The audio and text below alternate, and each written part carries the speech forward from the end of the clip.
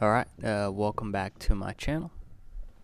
I haven't had much time to fly recently, PG, PPG, etc. But was looking at this footage. This is one of the only times that I have a free flight time with the ITV Wasabi, and I was kind of gonna put a full review together and add all this footage, but and I haven't put out a video in a while, so the conditions this day were not ideal. You'll see right over here, that's the direction the wind's coming from, and it's not ideal. This is kind of facing west-southwest. I needed the wind direction to be more southwest, more to the south, and it's not.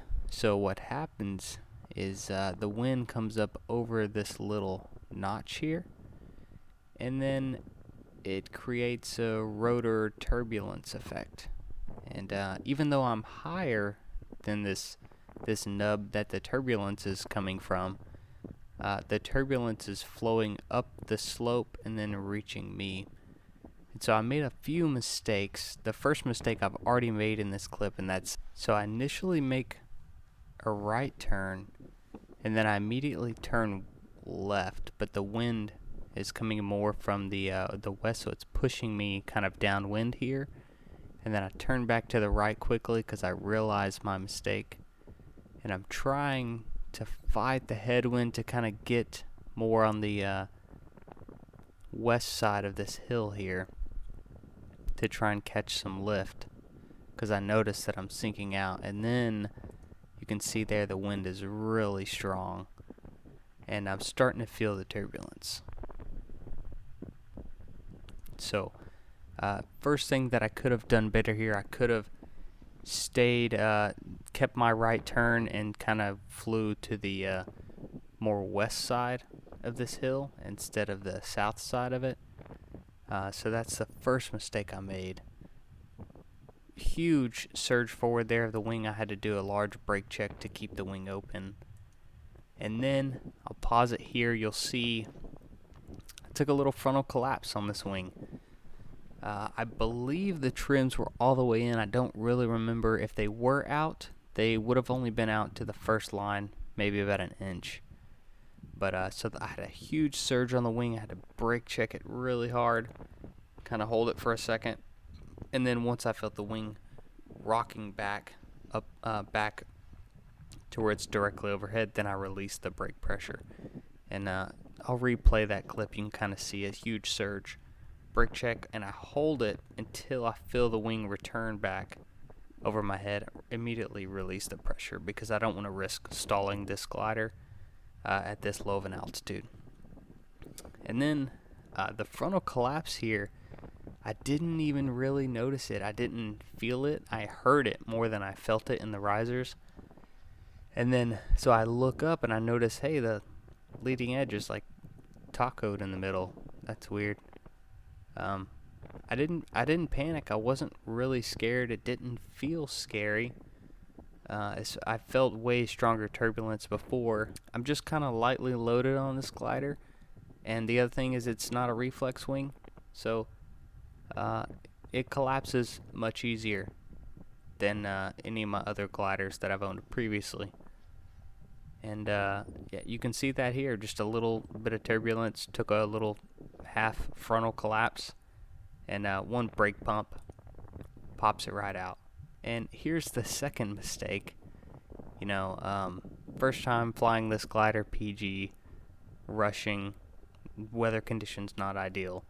And then I also forgot to hook up my speed bar.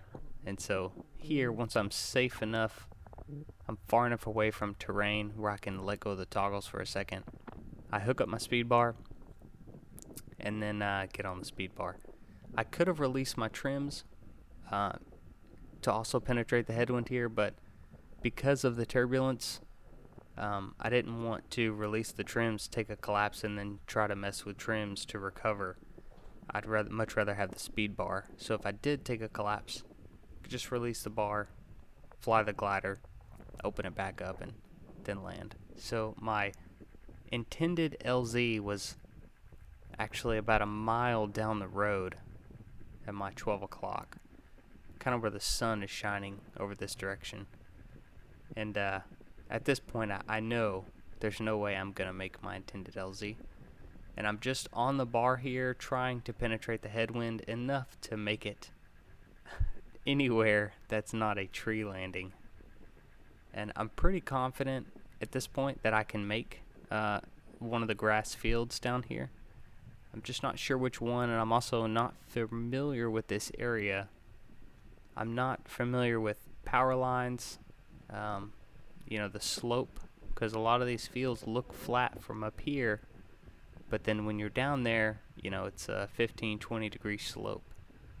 So I'm scoping out my LZ options, seeing how far I can potentially land. And then right here, you'll see I'm kind of looking here. I'm thinking I can put it down right here safely, and I'm looking for power lines at this point.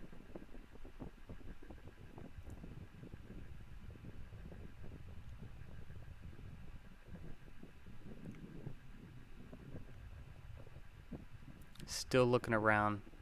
I'm not committed to this spot yet. I'm looking for other options. You always want to keep multiple options. You don't want to commit to the first spot that you see. So that's what I'm doing here. I'm also thinking about how strong the wind is, and these buildings here are gonna create some rotor. So I'm factoring that in. I'm anticipating turbulence, maybe even a possible collapse, as I descend the last 20 feet or so into this field. But as you'll see, everything works out. And spot landing practice pays off, because I land exactly where I intended to. And of course it's easy for me to say that watching now, but the spot I picked out was exactly where I landed, because it was the widest spot where I felt I could lay the wing down without getting tangled in bushes or anything.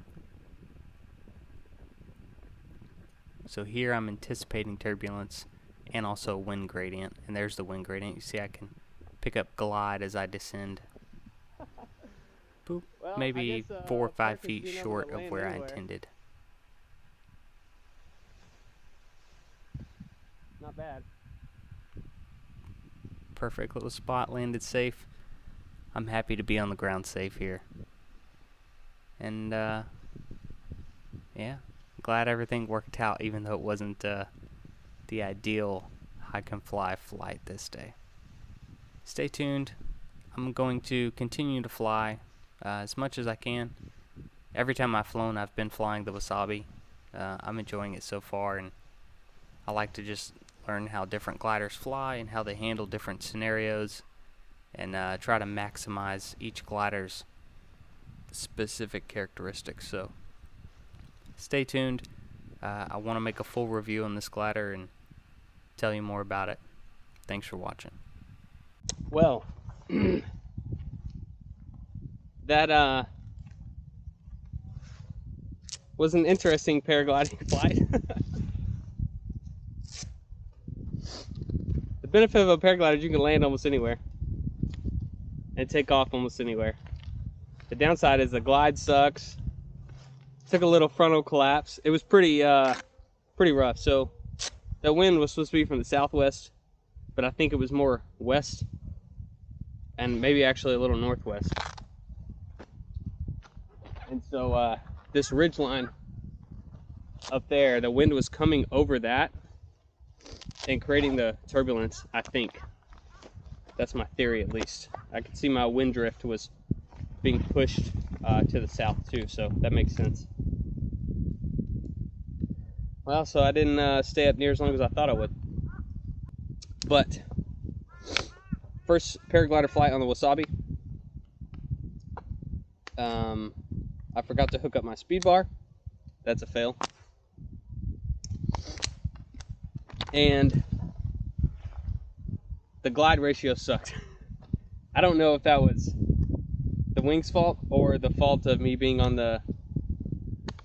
in the rotor of the mountainside. I was probably getting pushed down some. but it's a very confidence-inspiring wing. It had a center frontal. The tips were still flying.